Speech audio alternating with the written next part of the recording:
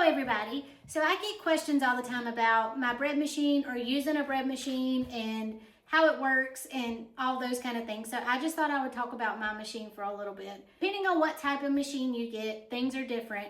This is just how and what works for me and my machine. My machine is pretty old. It was my husband's grandmother's machine. She gave it to me several years ago and I use it at least once a week. We love it. It makes making bread so much easier and I just like it. So when I get ready to make a loaf of bread, I just take this out and this little paddle in here, it comes off to clean it. So I just have to put it back on. And then I put all of my ingredients in here. And then once I put all of my ingredients in here, I just have to put it in the machine.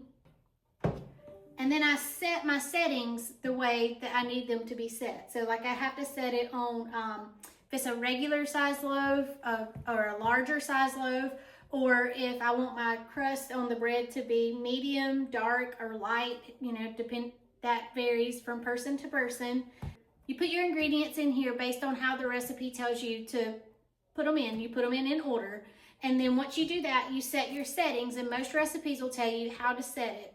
And then once you set everything, you just hit start. So if you're baking a regular loaf of bread, once you hit start, it usually takes about 3 hours. But the machine will do it all for you. It'll mix everything together, it'll knead it, it'll stop, it'll rise, it'll do everything that it needs to do. And in 3 hours, you just take it out and you have a fresh loaf of bread.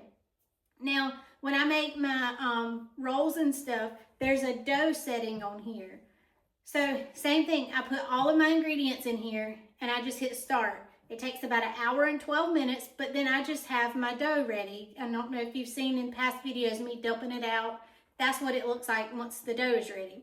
And then from there, I just have to separate my rolls how I want them to, and then let them rise for 1 hour, and then I bake them for about 15 minutes. That's all I have to do. The machine does everything else for you.